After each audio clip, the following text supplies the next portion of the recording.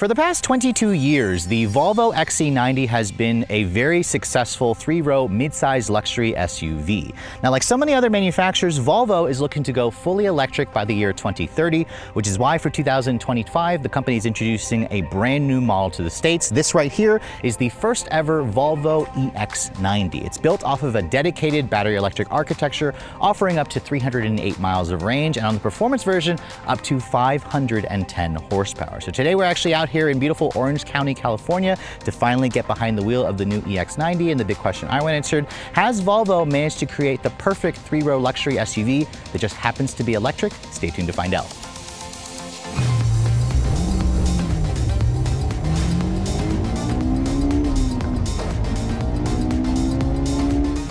Now, before we start talking about the exterior styling for the EX90, I want to clarify this vehicle does not replace the XC90. It will essentially supplement it. The two vehicles will kind of stand in the same hierarchy. This will essentially be just the all-electric version. Now, because this is fully electric, the million-dollar question people often ask me is, does this vehicle have a frunk? Now, as you can see, Volvo is one of the few brands that do actually include a frunk. Now, Volvo actually says you have around 1.2 cubic feet of storage space. You can see there's pretty much enough space in here to put, looks like the mobile charger could fit in here, an air compressor kit. There's a pretty decent amount of space. This is also covered up. Obviously, it also is sealed off, which is nice, you know, under hood storage. But since we're already under here, let's go ahead and talk about the powertrain specs for the EX90. Here in America, it'll launch with two different variants. All of them will basically use a 111 kilowatt hour battery pack, about 107 of that is usable. The base twin charged version will have dual electric motors, so you have all-wheel drive, giving you up to 402 horsepower and around 500-ish pound-feet of torque. Going up to the performance version, like the one I'm showing you here, will increase the power primarily because the rear electric motor is stronger. You have a maximum of 510 horsepower and 671 pound-feet of torque. That torque figure literally does put it among the higher in the segment. It all goes out through a one-speed reduction gear transmission, and you have, of course, electronic all-wheel drive because of the independent front and rear electric motors. Volvo claims that this model should be able to do 0 to 60 in around 4.7 seconds, 5.7 if you guys go for the baser, less powerful version. With that 111 kilowatt hour battery pack, you're looking at around up to 308 miles of range. This model with the bigger wheels and tires drops the range to around 296. Its top speed is around 112 miles an hour, and this is a big three-row luxury SUV. It can tow a maximum of 4,850 pounds, so just shy of 5,000. And as this car sits, it weighs in at around 6,300 pounds. So this car is a good 1,000 to 1,200 pounds heavier versus an XC90, and that's because, again, of the big battery pack that basically it lines the floor of this vehicle. But let's go ahead and close up the hood and talk about the exterior styling. Now, first of all, Volvo showed off this vehicle about a year and a half ago, maybe even almost 2 years ago. And I have to say, it's been kind of a delay after delay and delay for this vehicle, and that's because Volvo was going through some software issues, but they've essentially addressed those issues. Production starts very soon at their factory in South Carolina. You can see the design of this vehicle pretty much just looks like an evolution of the XC90. In fact, some of you may mistake this vehicle for an XC90, but because it's all electric, you can see it doesn't actually have a grille at the front. Instead, we have the new Volvo logo here, which houses the radar sensor. For the pilot assist, it has a nicely integrated camera. That's actually a washer right there to actually clean the camera. It's got full 360 camera. The front fascia also has some active grille shutters here, along with the gloss black accents that go really nice with this paint color. It's called Sand Dune. It's a new color this year, and as you can see, it looks really good on the lines of this vehicle. The headlights, it's got those signature Thor's Hammer LEDs, and these LED headlights are unique because there's actually a motor inside the headlight, and when you switch the headlights from parking lights like now to the actual headlight, it will actually open up. That little LED running light will open up to reveal the projector low and high beams, along with the daytime running lights. The LED turn signals, you can see, are vertical design going into the actual bumper, and it's a really unique light signature. Love the fact that Volvo's kind of upping the lighting game here. It kind of reminds me of like a modernized version of those pop-up headlights, but again, you actually have a motor inside those headlights that open and close whenever the headlights are turned on. Now, moving around the side profile, this is built off of the all-new SPA2 architecture. Volvo claims that this platform essentially is designed to be fully electric from the get-go, although I suspect the next generation XC90 will probably use a modified version of it. You can see in terms of the length, this vehicle is longer than an XC90 by about 3 inches. It's around 198.3 inches long. The wheelbase is the same at 117.5, so it's a pretty good size 3-row SUV. It's about an inch longer than the Kia EV9, one of its main rivals. It's a little bit shorter versus something like a Tesla Model X or a Mercedes-Benz EQS SUV. You can see the wheels. These are an optional 22-inch 5-spoke aero designed wheel. I actually really love the wheels. Volvo does really good looking wheels. It's riding on a 265 by 40 R22 tire. The rear is actually fatter. It's a 295 width tire. This Ultra trim that we're showing you actually has the adaptive 4-corner air suspension, which is going to be able to give you the ability to raise and lower the vehicle at the touch of a button. There's some black painted side sills along there. You have black painted side mirrors here, and then you can see there are lots of cameras and radar sensors for this vehicle. In fact, Volvo says, I believe there are like 12 ultrasonic sensors, 5 different LiDAR detectors, and then there's also that little thing at the roof over there that allows this vehicle to do kind of like a level 3 hands-free driving at some point. That's not coming at launch, but Volvo says they'll call it unsupervised drive, which is essentially level 3 autonomy. But again, that's going to be coming sometime later and an over-the-air software update. You can see the panoramic glass roof is going to be standard. This does not open up to vent air. There's also not a shade on the inside, but you can get it as an option package where there's like a removable shade. There's also these well-integrated roof rails. And then over here you can see this is the charge port door to reveal where you can charge this vehicle. It still is using the CCS combo plug, so it's the J1772 with the combo plug here for DC fast charging. This vehicle runs off the 400-volt architecture, which means it can charge up to 250 kilowatts at max DC fast charging. Volvo says at a level 3, you can basically go from 10 to 80% in about 30 minutes. It has an onboard 11 kilowatt charger, which means on a level 2 at your home, you can basically charge up the battery in about 10 hours, which is pretty average numbers. Some competitors like the EV9 will charge a little bit faster, about 6 minutes faster, so kind of keep that in mind. But it's still pretty class competitive. Now looking at the rear, you can see the design is pretty much like an evolution of the current generation XC90. I do appreciate the boxy proportions. You have the signature full-length LED taillights back here with this kind of really unique looking light signature. You can see the taillights themselves, LED turn signal, LED brake lights, LED reverse lights. There's a very subtle rear lip spoiler back here as well. And then you have your big rear window wiper, although some brands do a better job of hiding this underneath the actual spoiler. No digital camera rear view mirror, which I would have liked to see as an option package. You can see it spells out Volvo boldly at the back here, along with the EX90 badge here, and then it says Twin Performance. So that's how you know that this model has the more powerful powertrain. It'll say Performance, and it'll also be in white, I believe, versus it just saying Twin on the base powered versions.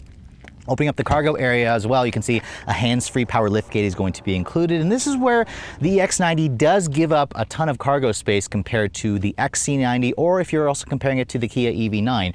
Volvo says with the 3rd row seat up, which as you can see, it seats 2 people across, this vehicle has around 10.9 cubic feet of storage space. That's actually not a lot on paper. The EV9 offers about twice as much cargo capacity, although in the real world, you can see it's got our 2 backpacks back here. It fills up relatively quickly. Underneath the floor here, you can see there's a pretty decent size underfloor storage area with this little removable bin. Volvo says underneath here, there's an additional 2.2 cubic feet. So that's a pretty decent amount. You can see back here, you can also raise and lower the air suspension if you want to make the vehicle a little bit lower. You can see it actually dropped the vehicle down pretty quickly. And then if you want, you can also fold down the 3rd row here. It's power folding. When you fold down the 3rd row, the company says it expands the cargo to around 24 cubic feet of space, which again is not a lot. A lot of competitors offer over 40 cubic feet of space with that seat folded. If you fold down everything, you fold down the middle row as well, Volvo says you get a maximum of 67.6 cubic feet. So again, just under 68 cubic feet is about 18 cubic feet less versus the XC90, and also around 15 cubic feet less versus the Kia EV9. So just keep that in mind if you guys are looking for maximum cargo. You may want to check out some of the EX90's competitors. So I was actually really surprised at how quickly this vehicle drops. So I want to show you it from a different, wider angle. So again, once you push this little button here to lower the suspension, as you can see, it lowers down pretty quickly, and it gives you, again, better access into the cargo area if you guys are a little bit shorter. I also kind of like the way it looks when it's squatty. It kind of gives you more of like a wagon vibe to it. But again, I've never seen a rear air suspension that lowers quite as quickly as this, so I think this is going to be a really well-liked feature. But remember, you have to go for the Ultra trim to get that adaptive air suspension. It's optional if you want to go for the base trim. So moving on to the interior of the 2025 Volvo EX90. Obviously the outside looks very recognizable as a Volvo, and as you guys see, the interior will also remind you right away of a Volvo, but except the fact that this has kind of been moving forward in terms of technology, especially when you look at the displays. However, before we go into the displays, let me talk about the seats. Now this particular one that we're showing you has the light Dawn Nordico interior. This is technically a biosynthetic leather material that Volvo created on their own. They developed it in-house. Even though this is a fake leather, I have to say this material feels really soft and supple. These seats are, I believe, like 14-way adjustable. They're heated, ventilated, and massaging if you guys go for the Ultra trim, which is the one I'm showing you here. I also do want to point out this model that we're in is a very early pre-production car, so there's no perforation in the actual leather material. However, the production versions will have the perforations with the ventilation. This model, however, because it's a pre-production, doesn't have the ventilated function, but it does have the massage function, and it's one of the best massages that I've definitely tried. So make sure you guys tick that option box if you guys want, the ultimate luxury cruiser that can essentially, give you a really nice back massage while you're driving the vehicle. Now, in terms of the materials on the door panels, this is where Volvo does a pretty good job here. You have an all leather stitched area on the upper portion here with contrast stitching. I love this light deco wood trim, this light birch wood trim, which this wood goes beautifully, of course, with the two-tone Dawn with the black. You have this metal speaker covers here. This model that we're showing you also has the upgraded 25 speaker Bowers & Wilkins stereo that creates like a 3D sound. Highly recommend that option if you guys are an audiophile. Down here you can see it's nice and padded where you'd rest your elbow. The window controls on the driver's side, you can see there's actually only 2 window switches here.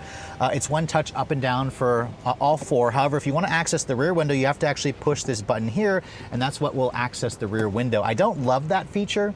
I think Volkswagen did it first on the ID4, but it's something to kind of get used to. This little pull handle here is what actually opens up the door for you. And down here you can see it's got some storage, but it's hard touch plastic over here. But overall, you can see the interior certainly makes a great first impression. Now, getting inside, you can see it's got that typical SUV step-in height. And because we're showing you the Ultra trim, it has soft closed doors. So all I have to do is just kind of click the door. That'll shut the door for you. If you want to slam it the traditional way, the door has a relatively solid sounding thunk, which adds to that impression of quality. Now, looking at the rest of the dash, you can see it's got that modern flair, but it's also instantly recognizable as a Volvo. This vehicle has a brand new steering wheel. As you can see, it's a leather-wrapped two-tone wheel, which I love the way it looks with the new Volvo logo. It has these touch-sensitive buttons over here, which also will kind of highlight where you're touching on the actual touchpad in the 9-inch information display. This is also like a new display where it has really new graphics. It's also slightly customizable. If you guys also notice, once I'm in here, there's no start stop button. And this is typically where I would show you guys the phone, or I'm sorry, the key to show you guys that. But for this program, this is actually the key that Volvo gave us. You can use your phone as a key. It uses, I think, near field communication to actually communicate with that. This is a very important tech feature that a lot of Tesla owners love. So this has actually been working perfectly during the entire drive. So basically, once I'm in here, to turn the vehicle on, put your foot on the brake, and then just put it into gear. This is pretty similar to what Tesla does. It has that little Volvo chime. That display again turns on, and that has it on the driver information display. If I push this little button here, which you can see as I touch that, it highlights where I'm touching. Push that, you can see it goes into like a more basic display, and then push that, it'll go into a map display. So I personally love it in the map display or in the driver assistance display, or you can go into the comm screen, but I love that level of detail there. It goes and pairs nicely with the 14.5-inch center touchscreen. Now this is basically your command center here. It houses the next generation of Volvo's Google-based Android automotive software system. You can see Google Maps is already preloaded into the system. You have Google Assistant, you have the Google Play Store, so you can give it all the apps and you can give it voice commands. And if you guys are wanting to adjust a couple of things, this is kind of where Volvo again is taking a page out of Tesla's playbook. So basically, to access some of the quick controls, you just tap the car icon there. You can see quick controls, touch the driver adjustments there. So you can see now it's highlighted over the side view mirrors, but as you can see, it also, if you're not touching it fast enough, it'll kind of go back. You can see going over here, and here is where it actually will show you which side you want to showcase. Now, to adjust that, the vehicle does have to be in park. So when I want to go into the driver adjustments, we'll do that again here. So now you can see it actually will highlight where I'm wanting to touch and adjust that. Now, there are times where it's finicky, and let me go into the steering wheel controls. There we go. So you can see now it's highlighting there. So this is where I can adjust the tilt and telescope function of the steering wheel. I can also adjust the tilt right here. I will say that the range of adjustability for the telescope could be a little bit more, but I was able to find a good comfortable driving position. We'll go back to the side mirrors here. You can see this is where I can adjust the side mirrors. If I have that tapped there, I can adjust that. The side mirrors in general, I love the frameless design to them. You can see there's also the camera mounted below it.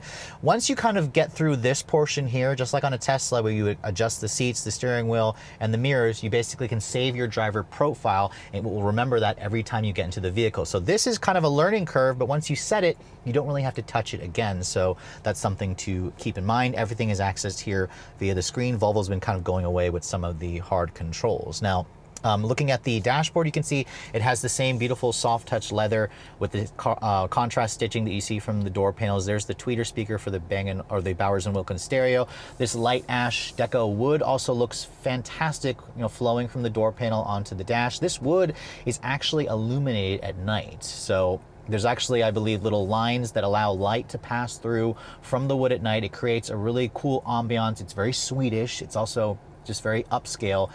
So that's something to keep in mind. If you guys don't love the kind of disco nightclub ambient lighting from some of the German competitors, Volvo tends to do a little bit more of a softer mood lighting for their interior lighting. I also appreciate this kind of glossy metal trim here, although in the bright sunlight here in Southern California, I did find that it reflected light back into my face a couple times. It even shows the Swedish flag there as part of a little design detail. I also love how the dash vents, you can see, it's a manual toggle that's traditional to kind of direct the airflow. Some competitors have gone to a digitized system where you go into the screen to adjust the airflow. I much prefer this more traditional setup, so I applaud Volvo for that. You can see the center console has a floating design. You have a big volume knob here where you can also play and seek and track, or you can rewind, or you can push forward if you guys are playing your music. There's a wireless phone charging pad here, which houses an iPhone Max pretty nicely. There's also a nice little sturdy lid here. If I open this up, you can see there's your cup holders and a nice padded little center console area here. If you open this up, you can see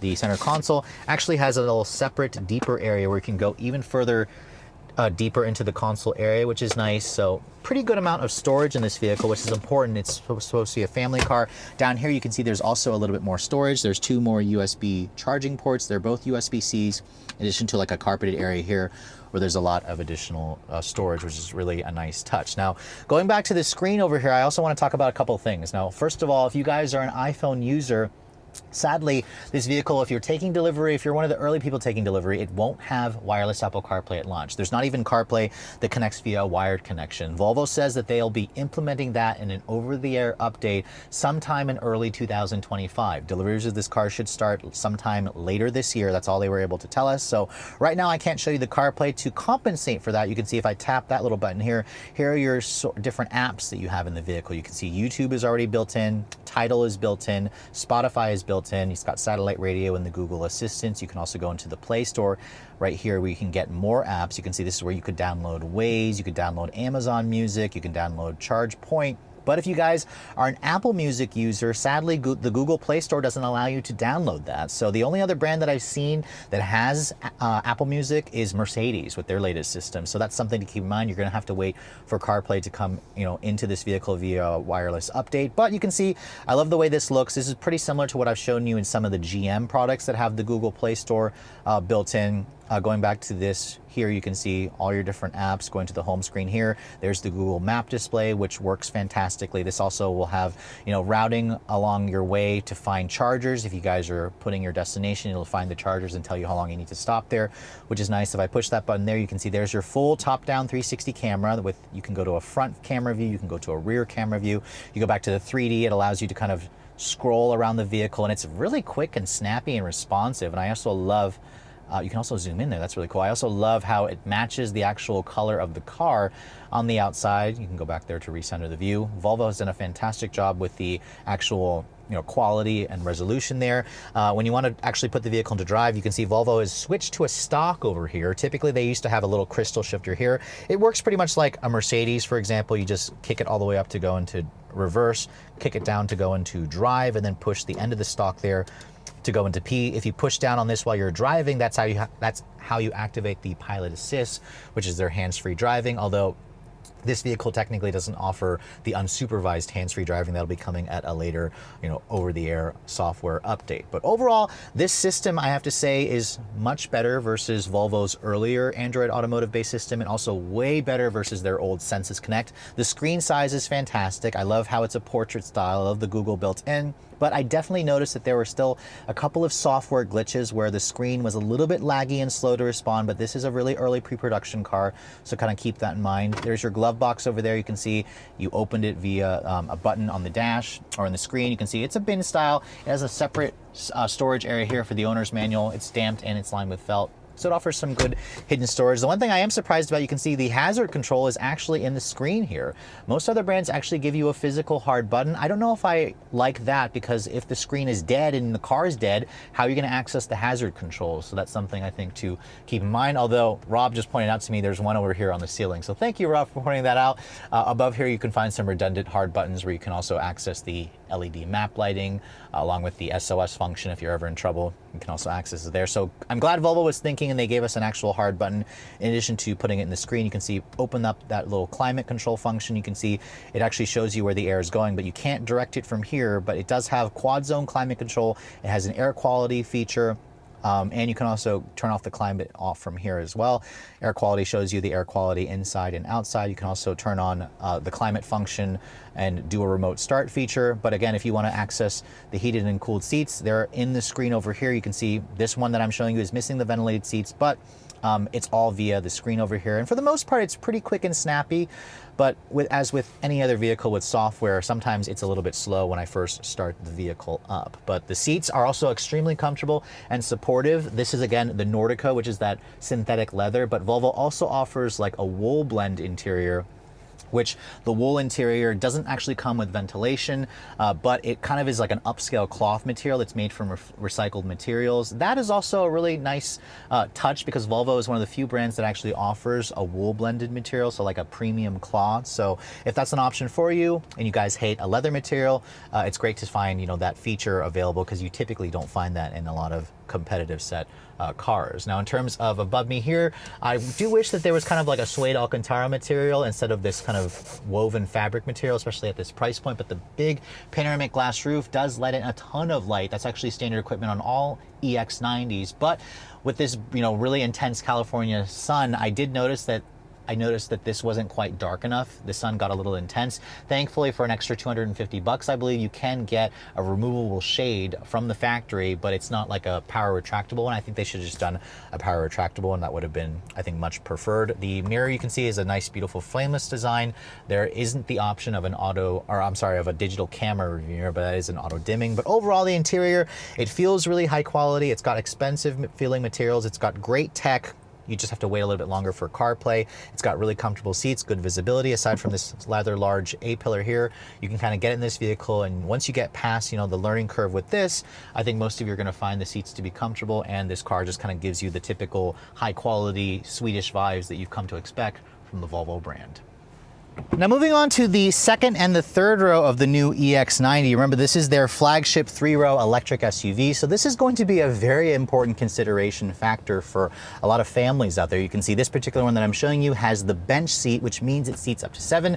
This is the free configuration. For an extra $500, Volvo will delete this center seat here, give you captain's chairs with an armrest, but it'll also reduce your seating capacity to 6 as opposed to 7. I personally prefer this setup because I like to have the additional seat, but again, that's kind of a personal preference. These seats you can see are covered in the same dawn-colored Nordico, the synthetic leather material, which has a nice high-quality feel. These seats are only heated.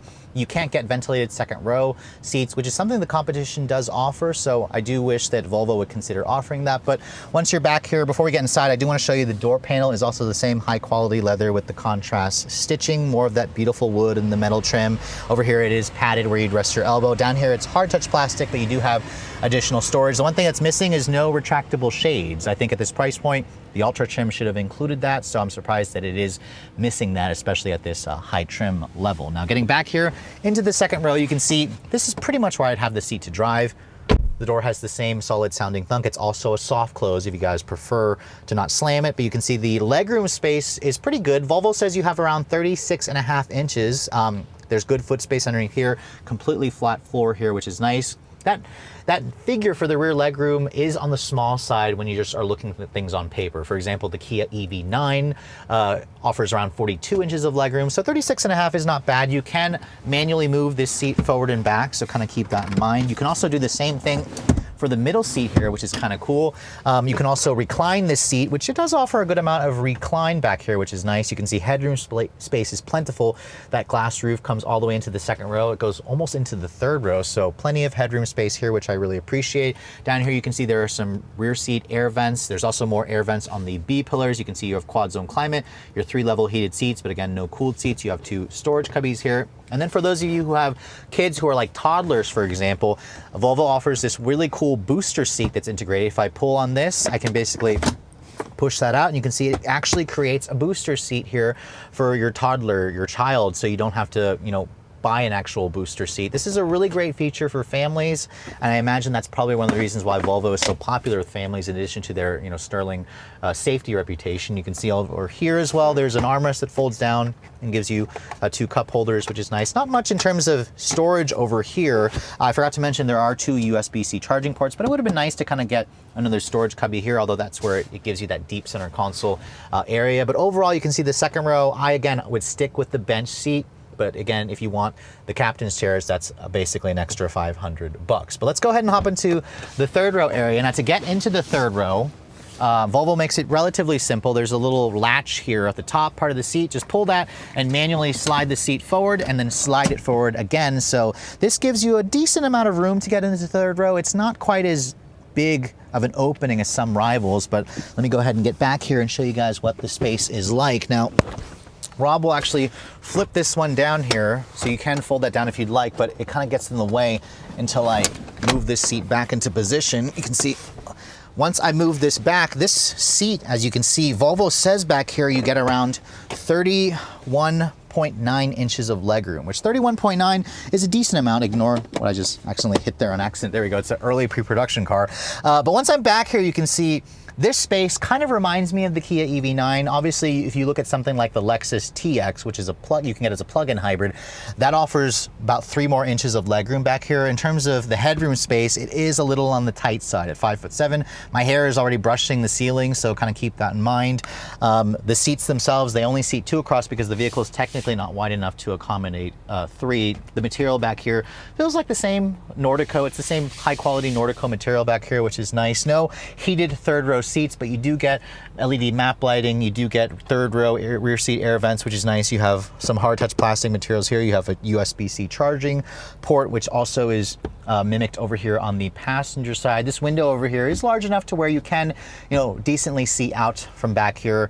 But if you guys are looking for a larger third row that can actually accommodate like 6-foot tall adults, this is where you may want to check out its competitors. This so much reminds me of the current generation XC90. So this third row is usable for small children or for shorter adults. So it's not every day that a brand new Volvo model shows up here in America, and we've been waiting a long time for this car. Remember, we first had a chance to see this vehicle over a year ago, a year and a half ago, and Volvo has delayed it, but it's finally going on sale toward the end of this year. We're in the twin charged performance version, which means we have a little over 500 horsepower, about 510. We have an 88% stated charge. To get the maximum acceleration, you actually have to make sure the vehicle is in its performance all-wheel drive setting there. So early vehicles, so there's going to be some software glitches here, but to get the maximum performance, you have to make sure it's in performance all-wheel drive, which the car will default to it on or off. So just tap that there, that'll turn the performance all-wheel drive on. You also can do a 1-pedal on drive on, off, or auto. But there's essentially no sport mode for the vehicle, but you can kind of adjust the steering and the suspension if you'd like. So we have it all in its firm setting. We are at an 88% state of charge. Volvo claims this model should get to 60 in 4.7 seconds, which is quick. Although the one of the main rivals of this car is the EV9, which I got 4.5 in that vehicle. So let's see if we can actually beat Volvo's claim of 4.7. So we'll basically just floor it. There's no launch control. Feels pretty strong off the line. All right, we got 4.5 seconds there, and that's basically with it almost completely level. So Pretty solid performance. Keep in mind, if you guys don't go for the performance version, it'll take about a second longer because it has around 402 horsepower. That's essentially the same powertrain that you find in the performance version of the smaller EX30. But I think that time should be plenty for most people. The one thing I noticed about this car is when you don't have it in the performance all-wheel drive mode, it really tailors back the power significantly. So in this mode, if I put my foot down, it gives you instant power as soon as your foot goes to the floor. Now, if you turn that off, and just tap that there, when I put my foot down, there's like a good second delay before it gives you full power. Now, this is gonna be good for people who aren't used to driving EVs because it kind of gives you a gradual buildup of the acceleration. It just feels linear, it feels smooth, it feels like a luxury car, which is how most of you are probably going to be driving this vehicle anyways. I'm going to leave it in performance all-wheel drive for the most part. I also wanted to show you guys, if you want to adjust the steering and suspension, you have to go here into driving, and then you have to go here to view all, and that's how you adjust the steering feel and the suspension feel. And remember, this car does have the adaptive air suspension with the dampers that you can adjust independently, of course. I don't like how I have to go into several different settings to get to that feature. I just would have preferred something a little bit more one touch as opposed to having to go into several different menus. Let's go ahead and try another 0 to 60 run here and see if we can get a consistent 4.5 seconds. I also like how there's no fake noises. It's just smooth and quick. Okay, 4.48 seconds there, and it's actually still on level ground. So very consistent acceleration, and again, I think most people are going to be quite happy with that. The one thing that surprises me, however, is the last EV9 GT line that I tested, which has 379 horsepower, so a lot less power than this vehicle, also did it in 4.5 seconds. Now, I believe the Volvo is heavier. This car weighs in at around 6,300 pounds. The EV9 is around 400 pounds lighter, so this is supposed to be, more of a luxury-oriented vehicle. It's going to have more sound deadening. It has a bigger battery pack, 111 kilowatt hours. On a full charge, this thing was showing around 290 miles of range. It's rated at 296. I'll have to wait until I get one back home to test out the actual real-world range. This vehicle will accept up to 250 kilowatts. It runs on the 400-volt architecture. Right now, it's at 87% state of charge. It's showing about 230 miles of actual range for this vehicle. But the rest of the driving dynamics of it are typical Volvo. Now, the company claims that this car is the quietest vehicle they've ever produced. Remember, this is their flagship EV SUV. They've added more sound deadening materials to it because it has no engine. It's built on the new SPA2 architecture, which was designed to only accommodate an electric architecture, electric powertrain. This wasn't technically designed, according to Volvo, to accept a gas powertrain. But if you're thinking that when you have it in the sport setting for the steering and suspension, this is like a sporty vehicle, it's not. It's still very comfortable and compliant. The steering itself is pretty quick and direct, but the suspension definitely feels more comfort tuned. Even in the sport mode here, the dampers, you still feel the body lean considerably. The one thing I don't really feel too much of, however, is the 6,000 plus pounds of weight. It actually feels relatively nimble and agile. There's very little road and wind noise in this vehicle, although I am hearing a slight little rattle from the rear of the car. Now, these ones that we're driving could be early pre-production cars, so whenever I get one back home to test for a week, we'll see if we hear any more squeaks and rattles. But the one thing I really like about this car are the seats. These, Volvos in the past have typically had excellent seats. This is their new Nordico biomaterial that they developed on their own. It's like a synthetic leather material. It has active massage, which also works really good. I love the massage feature. It's only included on the Ultra trim for an extra like $4,400. Highly recommend that if you guys want the massaging seats and you want all the extra bells and whistles along with the adaptive air suspension. It's kind of worth the extra charge. And then in terms of the visibility, I can see out of the front, the side, and the rear quite nicely. I love the fact that this car is very traditional and boxy in its shape because there's no weird angles to kind of create blind spots. Now, I do want to say that the A-pillar here is a little bit on the thick side, but you kind of get used to it. The dash is nice and low.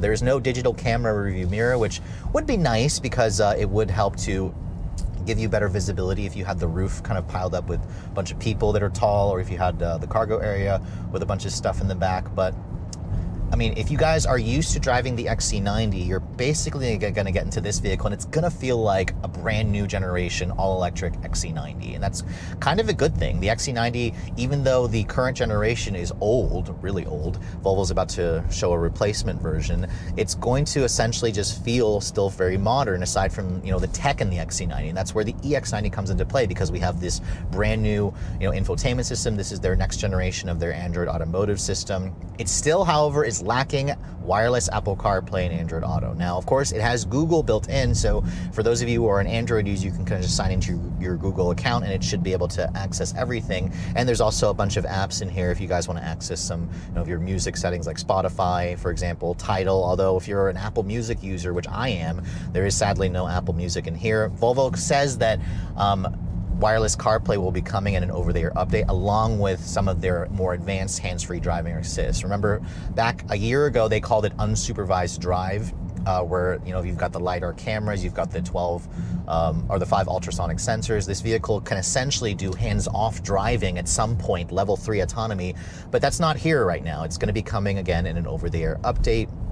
So those of you who are one of the earlier owners of this vehicle, you're going to have to be a little bit more patient. But it's great that Volvo has the technology kind of baked in already for the hardware. It's just going to come later as a software improvement. I also love the fact that you have an actual instrument cluster here, a 9-inch cluster that shows you exactly what's here. You can also kind of push this little button here. You can put your GPS right there, which is nice. You can put your driver assistance there. So love this, the graphics and the resolution. I love the heads-up display as well. The seats are so comfortable and supportive with that wonderful massage feature that works really well. So as a family car, as a long-distance road trip vehicle, I think a lot of people are going to really appreciate the EX90. I think a lot of you who are looking to replace your XC90, this is probably going to make it to your short list, but it does get me super excited to see, what the next generation XC90 is going to be like, because we hear it's going to be completely all hybrid. So it's great that Volvo essentially gives you two options. If you want to stick with internal combustion, you can go for the next generation XC90, but if you want to go fully electric, the EX90 basically just feels like a next generation all electric XC90. So as the 3-row all-electric SUV class continues to expand, I have to say, after finally getting a chance to get behind the wheel of the EX90. Remember, this vehicle was first revealed nearly 2 years ago. It got delayed by almost a year due to software glitches. I have to say, I would probably argue that this vehicle was worth the wait, because as you guys know, the Volvo XC90 is one of the top selling and top rated luxury 3-row family SUVs. So what this car essentially does is it captures that magic in a much more modern form. The exterior design is instantly recognizable as a Volvo. I think this is still a beautifully styled, attractive SUV that just doesn't look like a weird electric SUV. It looks like a conventional gas-powered SUV that just happens to be electric, and I think Volvo got the styling down right. The interior is also fantastic. I love those Nordic seats. The Nordico seats, they just offer lots of plushness, comfort. I just wish that they were ventilated on arrival. The ventilated seats are going to be coming later. The massage function works extremely well. Keep in mind, there's also a wool blend seat if you guys would prefer more of like a premium cloth material, which Volvo is one of the few brands that actually offers that. The ride and handling of this vehicle is more toward comfort, which I think nails the mission of this car. It's going to be a family vehicle. It doesn't necessarily need to be sporty, but as you guys saw, the performance version can sprint to 60 in 4.5 seconds, which is fast enough for most people. It's not like blisteringly, fast. It's going to blow the doors off things, but it's going to give you enough power to basically tow, carry your friends and family in this vehicle, and take those long highway drives without having to worry about needing or wanting for more power. In terms of the software, the 14.5-inch screen still needs a little bit of work. Obviously, that can all be addressed through software updates. I'm really sad at the fact that this doesn't have wireless Apple CarPlay at launch. It'll be coming over-the-air update at some point, hopefully later this year. But I do appreciate the Google built-in, the Android Automotive interface that's built in. When it works really nicely. I also love the 9-inch display that's right behind the driver and the instrument panel. It just makes for a more conventional feeling, but it also feels very high-tech. Now,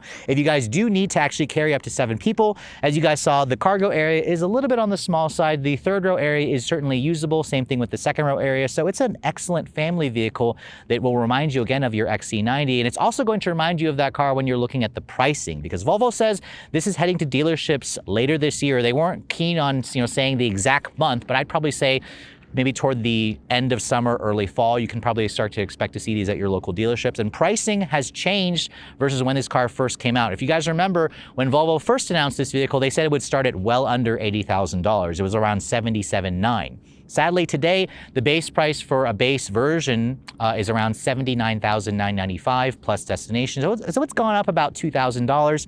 Volvo basically says the cost of materials have gone up, and that's the reason why the price has gone up. Now, if you guys want the Ultra package, which includes the soft closed doors and the massaging seats, of course, and the air suspension, that's going to cost you an extra $4,400.